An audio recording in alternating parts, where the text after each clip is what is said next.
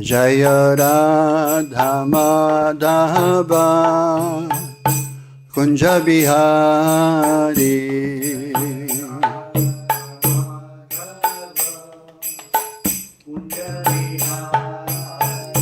Jaya Gopi Jana Vallabha Girivaradhari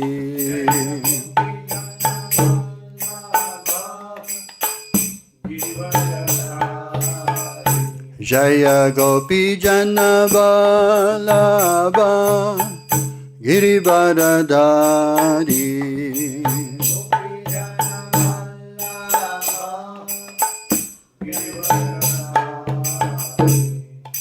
Jashodanandana Brajajana Ranjana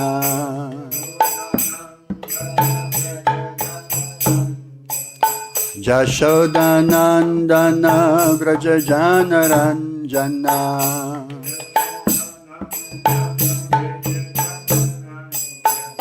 Jamunatira Vanachari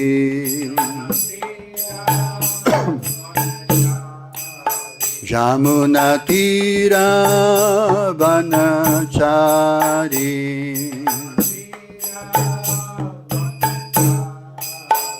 Jaya Radha Madhava Kunja Bihari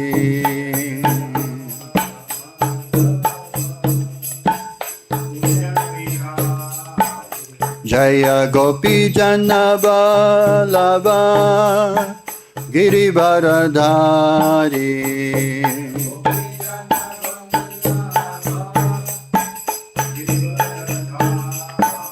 Jaya Gopi Jana Vallabha Girivaradhari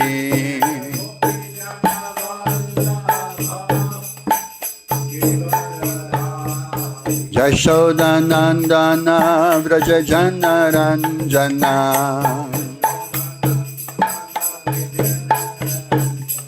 Jashodanandana Vrajajana Ranjana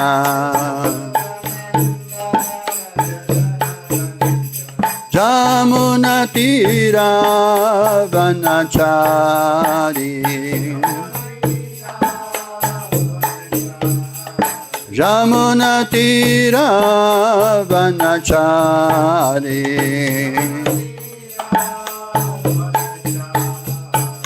Jaya Radha Madhava Kunja Bihari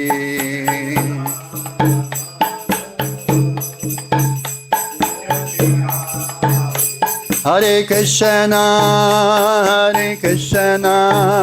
Kṛṣṇa Kṛṣṇa Hare Hare Hare Rama Rama Rama Hare Hare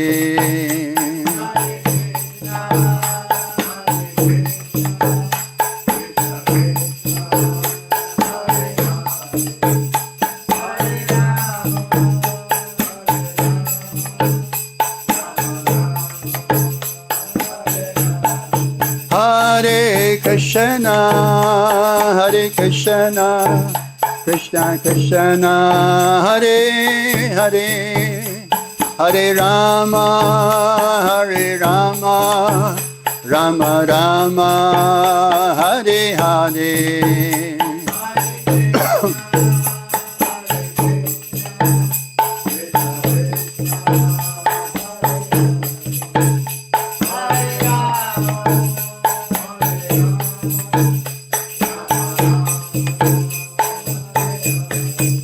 Hare Kṛṣṇa Kṛṣṇa Kṛṣṇa Hare Hare Hare Rama Rama Rama Hare Hare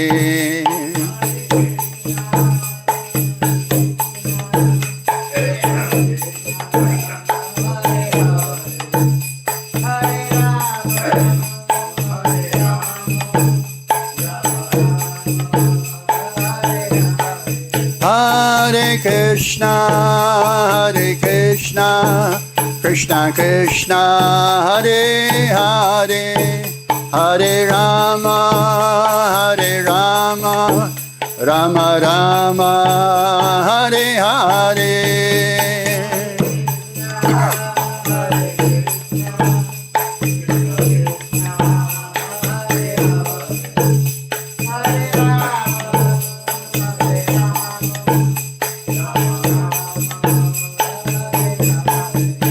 Jaya Kṛṣṇa Balaram, Jaya Kṛṣṇa Balaram, Kṛṣṇa Balaram, Jaya Kṛṣṇa Balaram.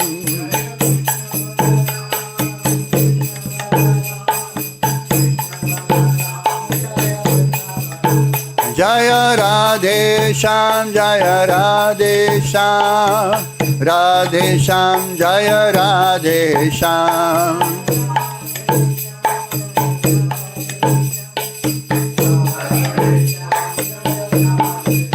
Jaya Gauranitai, Jaya Gauranitai, Jaya Gauranitai, Jaya Gauranitai.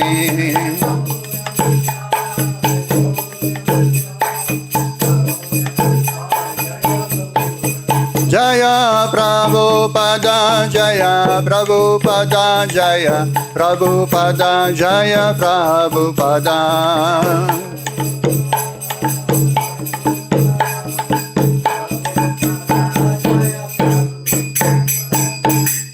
Nitai Gaura Premanande Jamishapad Paramhamsa Parivacharya Ashtatara Sata Shishimad Divine Grace Itse Bhaktivedanta Swami Srila Prabhupada ki Anato Konti Vaishnava Vrinda ki Kantaraj Srimad Bhagavad Gita ki jai Gaura Premanande Hari Hari Namo Vishnu Kṛṣṇa Om Namo Bhagavate Vasudevaya.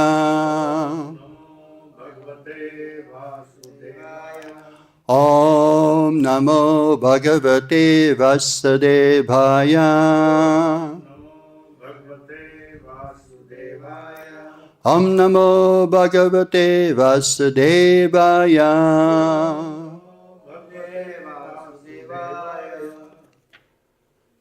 So, continued reading Bhagavad Gita, chapter 6, text number 36.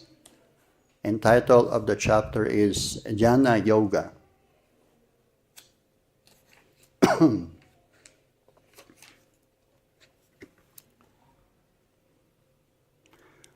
Please repeat. Asaṁyatātmanā yogo. Duṣprāpa iti me matiḥ. Vaśyātmanā tu yatatā. Śakyo vāptum upāyate. Asaṁyatātmanā yogo. Duṣprāpa iti me matiḥ. Vaśyātmanā tu yatatā. Śakyo vāptum upāyataḥ. Asaṁyatātmanā yogo. Duṣprāpa iti me matiḥ. Vaśyātmanā tu yatatā. Śakyo vāptum upāyataḥ.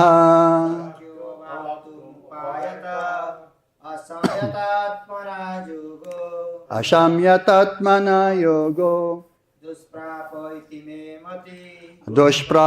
iti me matiḥ. Vaśyātmanā tu yatatā. Śakyo vāptum upāyataḥ. Asaṁyatātmanā yogo. duṣprāpa iti matiḥ, vaśyātmanā tu yatatā, vaśyātmanā tu yatatā, śakyo vāptum upāyataḥ, vāptum upāyataḥ. Okay. Mataji, you want to recite? Asaṁyatātmanā yogo, duṣprāpa iti matiḥ, vaśyātmanā tu yatatā, śakyo vāptum upāyataḥ. So word for word translation, please repeat. Asaṁyata, unbridled. Ātmanā, by the mind. Yogaḥ, self-realization. Duṣprāpaḥ, difficult to obtain. Ite, thus. Me, my.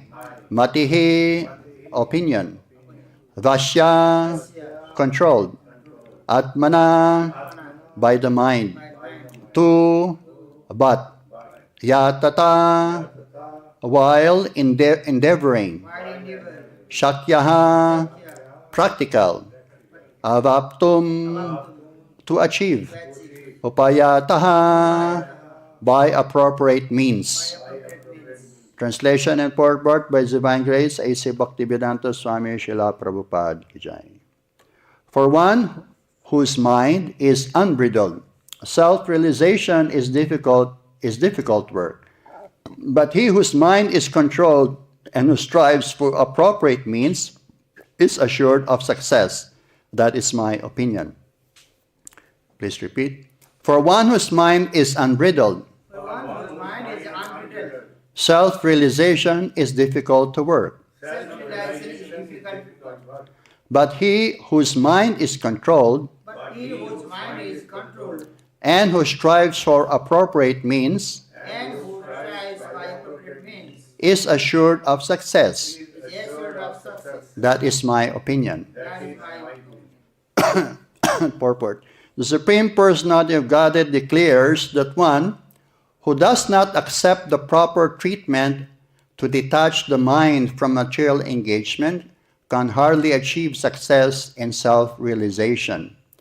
Trying to practice yoga while engaging the mind in material enjoyment is like trying to ignite a fire while pouring water on it. Yoga practice without mental control is a waste of time. Such a show of yoga may be materially lucrative, but it is useless as far as spiritual realization is concerned.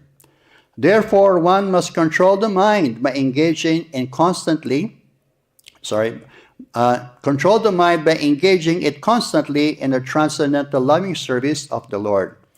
Unless one is engaged in Kṛṣṇa consciousness, he cannot steadily control the mind. A Kṛṣṇa conscious person easily achieves the result of yoga practice without separate endeavor. But a yoga practitioner cannot achieve success without becoming Kṛṣṇa conscious. Om Ajnanati Mirandasya Jananjana Salakaya Chakshur Umlitam Jena Tasmai Shri Gurave Namaha Nama Om Vishwapadaya Kṛṣṇa Pristaya Bhutale Srimati Bhaktivedanta Swami Iti Namine Namaste Saraswati Devim Gauravani Pacharine Nirvisesha Shunyavadi Paskatya Deshatarine Vansha Kalpatarubhyascha Kripasadubhya Vevacha Patitanam Pavanebhyo Vaishnavebhyo Namo Namaha Jai Sri Kṛṣṇa Chaitanya Prabhu Nityananda Shri Advaita Garadhar Shivasari Gaura Bhakta Vrinda Hare Kṛṣṇa Kṛṣṇa Kṛṣṇa Hare Hare Hare Rama Rama Rama Hare Hare. So, thank you very much for coming this afternoon and attending this Bhagavad Gita class. Before I start to try to explain and discuss the particular verse, my name is Sridham Das, and I'm from the Philippines. I came to Vrindavan some 30 years ago, 1994, when I studied in the VIHE, and it was still at that time in the Gurukul. The Gurukul building was still not demolished at that time. And way back at the time, the Vrindavan mood was really like not like this as we are seeing now. One of the devotee here, Radhacharan Prabhu, is also from the Philippines. So we were going in the Jamuna, towards Jamuna, and I was telling him, during 30 years ago, there was no vehicle passing through, going to the Jamuna River. You know, you go Vrindavan Parikram, and Madan Mohan Temple is there. There's no vehicle, only people walking, no shops. So this is the advancement of modernization. Srila Prabhupada brought Vrindavan to the whole world, and now we can see that, during the time when I was here, not so many people are coming, and I was also telling Radhacharan Prabhu that I would buy fruits in Loy Bazaar. There were no fruits here. There were no fruits vendor in front of the temple. You had to go to Loy Bazaar to buy fruits because we had to do some offering to my Guru Maharaj as a deity. So, but Srila Prabhupada has so kindly introduced Vrindavan to Western world, and not only Western world, but also local, people residing in India. And Srila Prabhupada came 1971. I'm reading this book by Shyamasundar Prabhu, disciple of Srila Prabhupada, and it is the title is Chasing Rhinos with the Swami. So Srila Prabhupada came in 1971, and there was again nothing. There was no building. It was just like agriculture fields. And at that time, the people were skeptical of Prabhupada. Not of Prabhupada, because Prabhupada is a pure devotee, but the followers of Prabhupada, who are Westerners, white-colored body. So they were skeptical of, are they really sadhus? But after, showing them, the local inhabitants of Vrindavan, the sincerity of the Western devotees, they finally, towards the end of the first visit of Prabhupada, when he came back from the West to Vrindavan, the mayor, his name is Vishwambar Goswami, in November 29, 1971, finally read a welcome letter to Srila Prabhupada. And I would like to read that to all of you.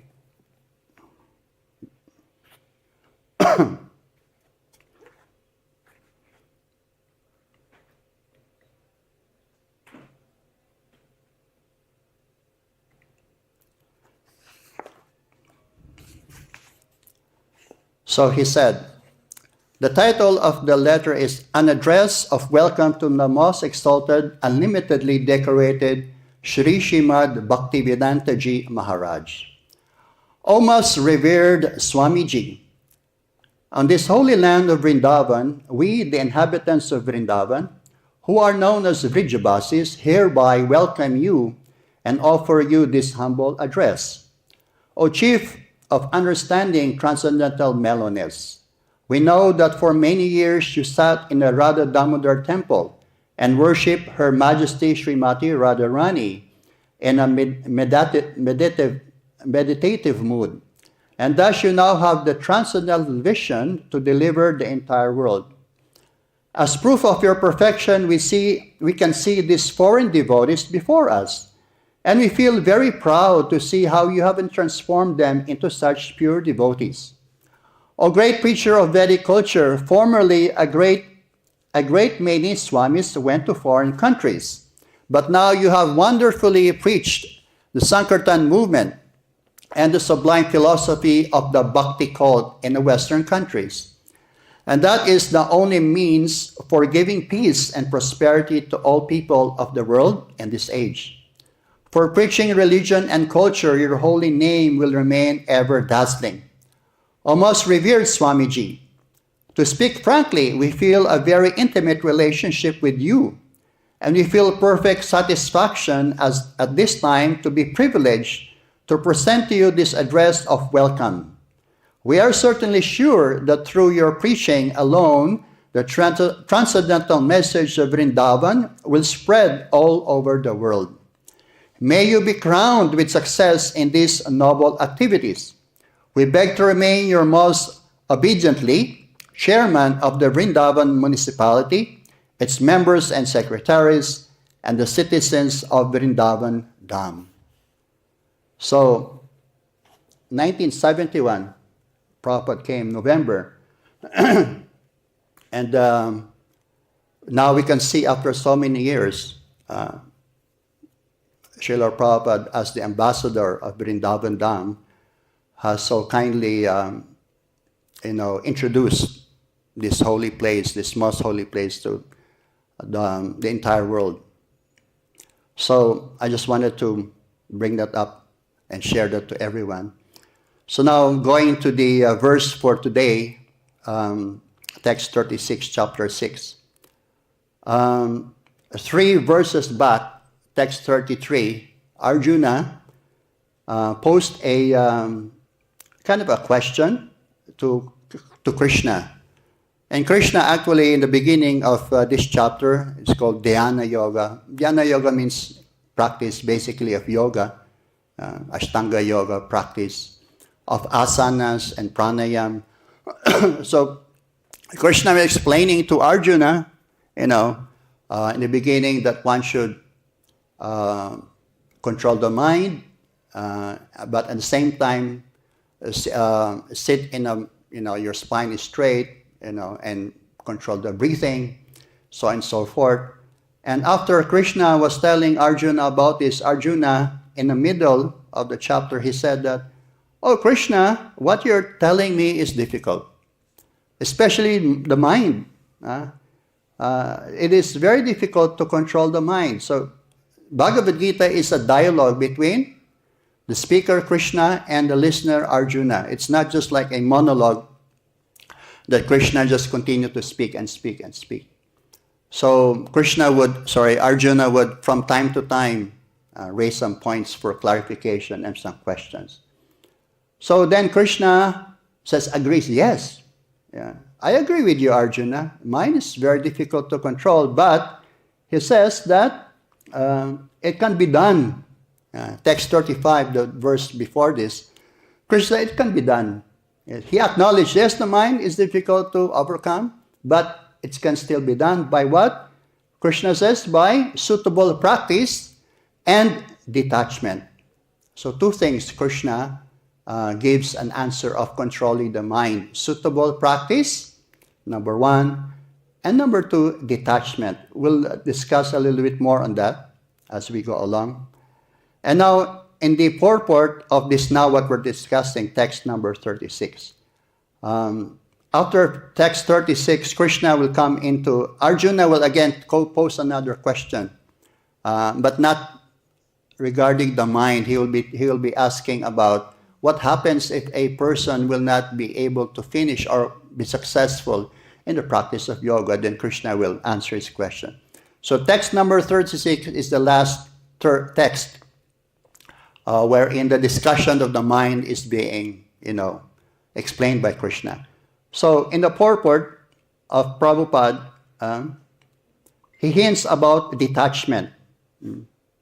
So I will read that part again. You may say, what is Kṛṣṇa discussing or saying about detachment? So Prabhupada explains in his purport. The Supreme Person of Godhead declares that one who does not accept the proper treatment to detach the mind from material engagement can hardly achieve success in self-realization. So the word to be highlighted here is proper treatment. So what is this proper treatment? To detach the mind from material engagement. So of course we all know the practice of our sadhana, chanting Hare Krishna, waking up early in the morning, attending Mangala Arti. This is what you call the proper treatment. In other words, when we say proper treatment, we have some health problem. When we say treatment, we have to treat the sickness. And what is the sickness? Prabhupada has told us, this is the forgetfulness of Kṛṣṇa, or thinking that we are the body. So by the proper treatment, which is our sadhana, chanting Hare Krishna, chanting 16 rounds of Hare Krishna minimum, Mangala Artik, and all these things, then we can detach ourselves. For example, now is the winter time here in Vrindavan, and it is the weather is very cold. So I am from the Philippines, and we have no winter. We don't get winter in the Philippines. We only have two seasons, rainy and summer. So this climate, this weather for me, is very extreme, very extreme. So, but we still have to get up in the morning, attend Mangal Artik, take your shower, and although there's a heater, when we take our bath, but it's still cold when you go out. So, in this way, the mind is controlled by our sadhana. We have to get up early in the morning because we know that Prabhupada has given us instruction to get up, take shower, and attend Mangal Artik and chant our 16 rounds every morning. So, in this way, by the prescription or the proper treatment, Prabhupada says in the Purport of, practice of Kṛṣṇa consciousness or activities in Kṛṣṇa consciousness, then we can detach ourselves. And that's the only way. And then Prabhupada says, or in the Purport, or in the verse it said, then, only then can we achieve some success, assured of success. And there's an analogy given in the Purport of Prabhupada wherein he says that there is the water, you're trying to start a fire, at the same time you are pouring water into the fire. So what is the meaning of this analogy? So it means that practice of yoga, while at the same time engaging the mind in material enjoyment, Prabhupada says is a waste of time. So I will repeat, the analogy given here by Prabhupada in his Purport of igniting a fire, at the same time pouring water. In other words, you cannot expect the fire to start or blaze strongly because you're at the same time pouring fire. It doesn't make sense. As Prabhupada says, it's just a waste of time. So this analogy given by Prabhupada is that yoga practitioners, they're doing some yoga practice, different, control. They may control the mind, the breathing, bodily postures. But if their mind is not, detached to sense enjoyment, then it's a waste of time. Then the purpose of yoga is defeated. So in other words, they may continue be practicing for many years or even lifetime and lifetimes this yoga. If their mind is still dwelling in sense enjoyment, then it will not. There is no success that they will achieve.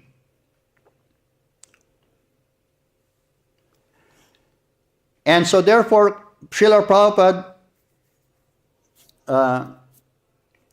concludes in his purport that the way to control the mind is constant engagement in transcendental loving service of the Lord, which we are actually doing. When we say when we say devotional service, there are two words, devotional and service.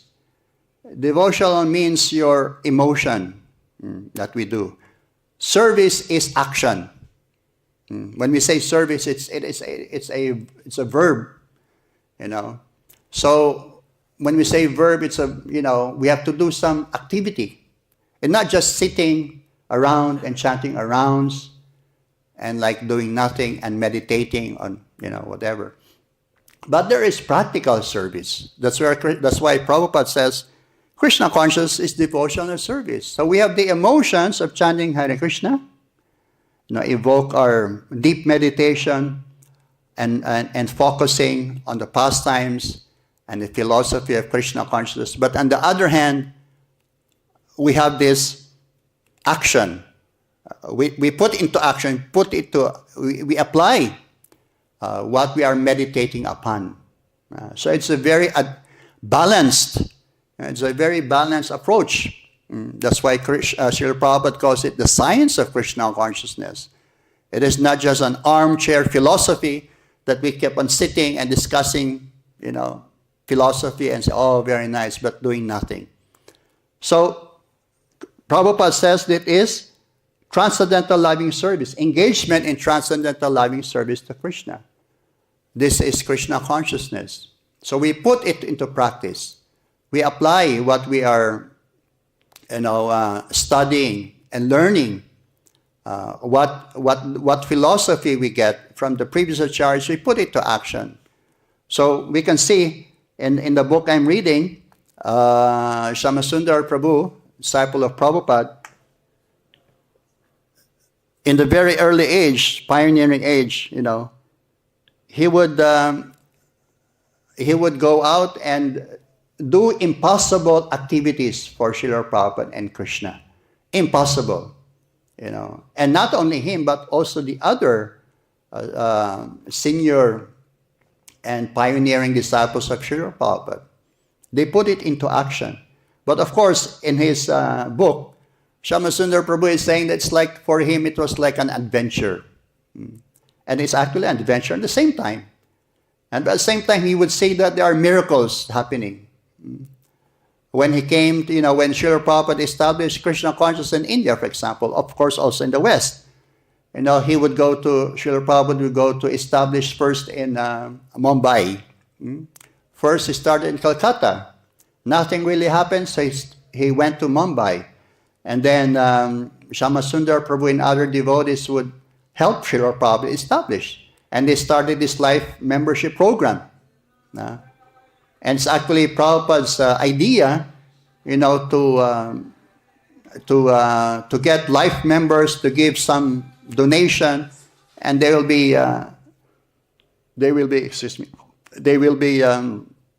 admitted as life members of ISKCON. So that's how it started. Then from Mumbai, they went then to, if I'm not mistaken, to Delhi, And then from Delhi, and then went back to Kolkata, establishing, there was nothing. There was no property, no temples, but Prabhupada would tell his disciples, purchase land. And then when I read this letter, I read it all to you. I shared this letter in 1971. There's no land. And Prabhupada said, we have to purchase land here also in Vrindavan. So we can see there is action. My point here is there is action. There is not just like, oh, very nice philosophy, let's chant Hare Krishna and just take prasadam, and then be happy. No. There's the establishing of Kṛṣṇa consciousness. In other words, it's a preaching, missionary movement of Srila Prabhupada. And we can see it is continuing. And not just that now that we have all these nice facilities, that, it is continuing. When I was here 30 years ago, I would attend Mangal Artik. I was attending, again, I was saying via AHE. When we attend Mangal Artik, we were just few devotees.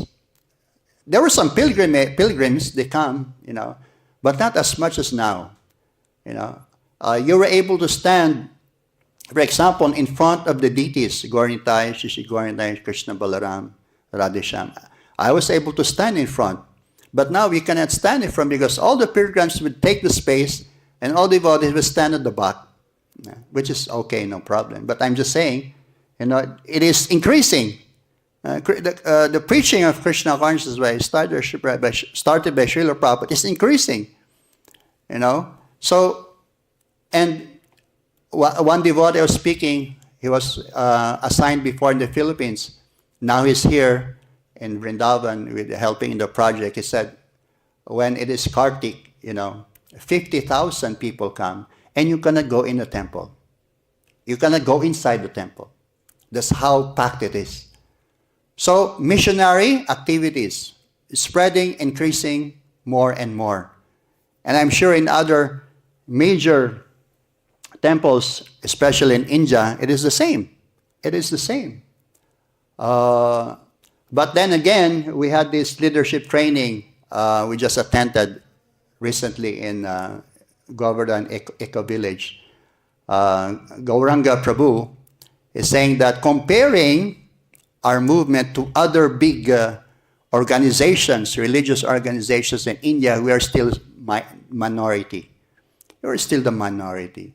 So we think that a lot of people coming. No, comparing to other of them, they are huge. They have big followings.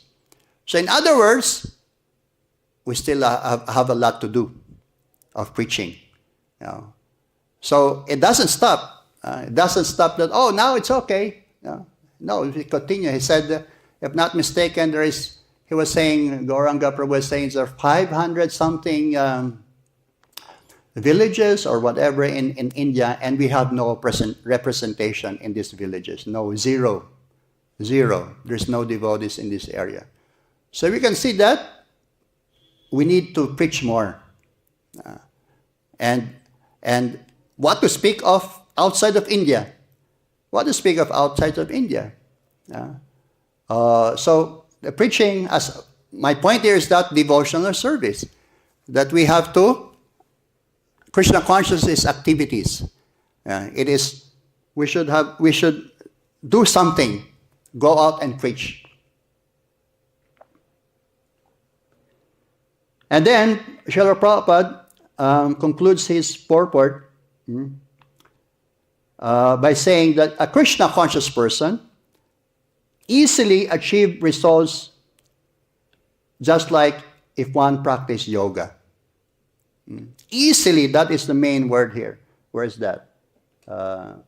This is the last sentence on this purport of Srila Prabhupada. I'll read it again. A Kṛṣṇa conscious person easily achieves the result of yoga practice without separate endeavor. But a yoga practitioner cannot achieve success without becoming Kṛṣṇa conscious. So there's no separate endeavor. In other words, we don't need to practice this, Ashtanga yoga practice of, doing asanas. Of course, it's good to have, good health. But the purpose of this Ashtanga yoga process is to achieve Kṛṣṇa, and which is it's a very austere and very difficult, process to follow. But Prabhupada concludes and said that the result of those who practice this type of yoga can easily achieve. We can see all the yogis, they meditate for thousands of years. Very austere, up in the Himalayas, isolated, they isolate themselves. Very difficult. They wear practically nothing. And they may not even be successful in their endeavor. But for devotee, Prabhupada says, a Kṛṣṇa conscious person easily achieves. Why easily? Why does Prabhupada says easily? Because again, we go back to the another point I mentioned, because we are engaging in transcendental loving service to the Supreme Lord Kṛṣṇa. It is not so austere. We can engage our senses in serving Kṛṣṇa. Devotional service, cooking for Kṛṣṇa, doing archa, puja, worshipping the archa vigraha form of Kṛṣṇa, the pujaris, distributing some books, doing kirtan, chanting Hare Krishna. No? So these are all sublime and easy activities to do. Is it so difficult to chant Hare Krishna? Is it so difficult to cook for Krishna? Sometimes the mind will give some trouble. But compared to the yogis who would, meditate for thousands of years, and compared to activities in Kṛṣṇa consciousness, way easier. So that therefore, Srila Prabhupada says that Kṛṣṇa consciousness is the most sublime spiritual practice, because may be very simple, and normal activity. At the same time, the goal is Kṛṣṇa. We can get Kṛṣṇa. We can capture Kṛṣṇa if we try to really, serve nicely in our devotional service. So, usually I would like to stop early to ask some questions, but before I do that, although I can continue, before I do that, let us recap and summarize what we have discussed. We still have roughly around 15 minutes or less than 15 minutes. So let us recap what we so far have discussed. I started with reading a letter from the mayor of Vrindavan welcoming Srila Prabhupada and in essence accepting Srila Prabhupada and his movement ISKCON here in Vrindavan. And then we discussed the verse for today. We said that in text number 33, 3 verses back, Arjuna wanted to clarify and said that, oh, it's very difficult, Kṛṣṇa, what you're telling me, very difficult to control the mind. And then it says it's actually easier to control the raging wind than to control the mind. And Kṛṣṇa says, yes. Text 35. I agree. Mind is difficult. But it can be done by two things. Two process is suitable practice and detachment. And then we discuss about the proper treatment. As Prabhupada says in his purport, the proper treatment is by engaging in devotional service, by detaching our mind. Treatment means we are in the unhealthy position, forgetting about Kṛṣṇa. We also discussed the analogy of the fire and water, pouring water into the fire. And then we also said that to control the mind, then we just simply have to have constant engagement and transcendental loving service of Kṛṣṇa, engaging our senses to Kṛṣṇa. In this way, we are controlling mind and senses. And lastly, Prabhupada said, it is very easy to achieve. There is a story, I forgot to share a story. It may not be connected, but it's somewhere connected with the mind, controlling the mind. So there was two devotees. They were traveling.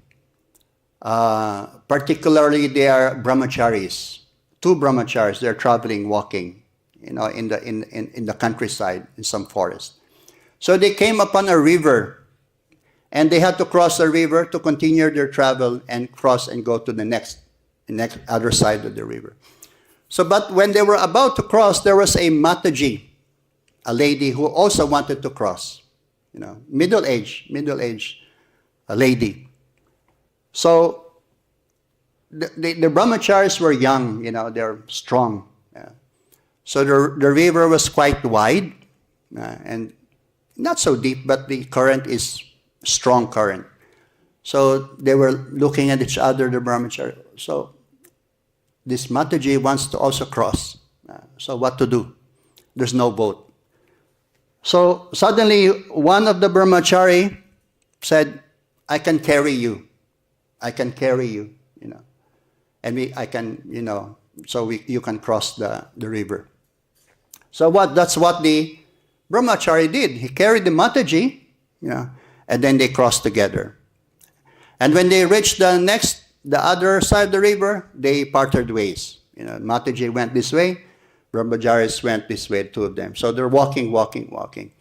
And then after 1 mile of walking, the brahmachari who didn't carry the mataji suddenly was accusing this other, hey, why did you do that?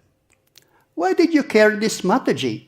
We are brahmacharis. It means we are celibate monks. We cannot touch mataji. But you carry, not only touching, but you carry the mataji. Why is that? And the brahmachari, the other brahmachari who carried the mataji, hey, Prabhuji, that was 1 mile ago. But you're still keep on thinking of the mataji. But for me, I already forgot the mataji. I was the one who touched the mataji, but I forgot it.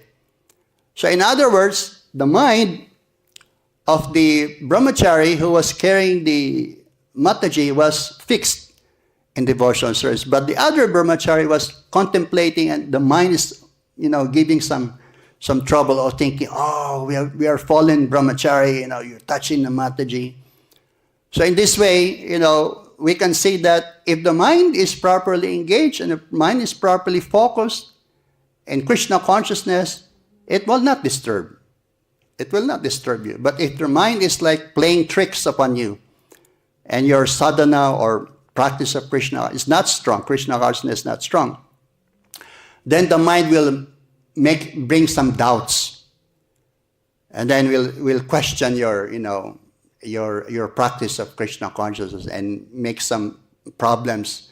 It may be subtle, but in this way, this story illustrates that there is a thin line, very thin line or gray area in practicing of Kṛṣṇa consciousness, but we should still focus on what is really the goal of our practice, which is Kṛṣṇa.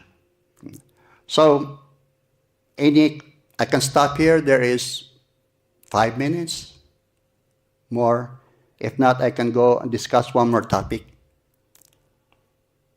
No question? Okay. So yesterday, we celebrated Gita Jayanti. Very auspicious celebration where the advent of Bhagavad Gita, or in other words, the appearance of the Bhagavad Gita, where Kṛṣṇa has spoken the Bhagavad Gita to Arjuna. And this scripture is very sublime and very important scripture for humanity at large. Not only here in India, subcontinent of India, but throughout the world. And even we know great philosophers, they study the Bhagavad Gita. Western philosophers, they study Bhagavad Gita. And they derive so much knowledge, understanding. They may not really understand, in a devotional, angle of vision, but the knowledge being derived from the Bhagavad Gita is, for Western philosophers, they say this is very high, very high philosophy. So what to speak of, seeing Kṛṣṇa as a Supreme Lord. Seeing Kṛṣṇa. They don't see Kṛṣṇa as the Supreme Lord. They say like he's just a myth, a prince, I was also reading, there's his name, very big, in Madras, Srila Prabhupada met Giriraj Maharaj, was able to arrange a program in Madras. And Madras, here in India, is one of the greatest, we could say, place for Mayavadis. So some or the other, Giriraj Maharaj was able to arrange a program for Prabhupada to come, So as I was saying earlier, Shyamasundar Prabhu, they will go all around different parts of India, and Prabhupada will tell them to conduct huge programs. Thousands, people will come, thousands. They call the Pandal programs for like 10 days, 5 days. So Giriraj Maharaj was able to arrange a program, and he was able to make an arrangement to meet Srila Prabhupada, to meet one of the biggest Mayavadi philosopher by the name of Dr. Radhakrishnan. And he has his Bhagavad Gita. He has his own Bhagavad Gita commentaries. And one of his famous declaration of this Dr. Radhakrishnan is that it is not that you should surrender to Kṛṣṇa, but you should surrender to Kṛṣṇa, the Kṛṣṇa within and without. So in other words, Kṛṣṇa is not a person. He is an impersonal, or kind of a myth, not really a person. But then when Prabhupada came to meet this Radhakrishna, Dr. Radhakrishna, they met, and Prabhupada immediately, saying that Kṛṣṇa is a person, the Supreme Personality of Godhead. And this Dr. Radha Kṛṣṇa was just quiet. He could not say anything. Of course, he was at that time not feeling well and he was sick. And then after he didn't say anything, this person didn't say anything, and Prabhupada just continued discussing Kṛṣṇa consciousness or Kṛṣṇa in the Bhagavad Gita, that is the Supreme Lord. So then Prabhupada started to leave. And then this Dr. Radha Kṛṣṇa is quite old already. He got the hand of Srila Prabhupada. Then he said, please pray for me to our God. Like that. So, in other words, he may be a big Mayavadi philosopher and big impersonalist.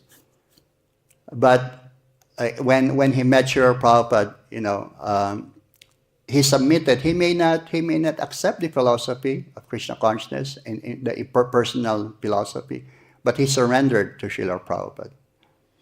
So yesterday we celebrated the advent of Bhagavad Gita, and we are so fortunate to have celebrated here in Vrindavan Dham, the most holy place in the entire universe.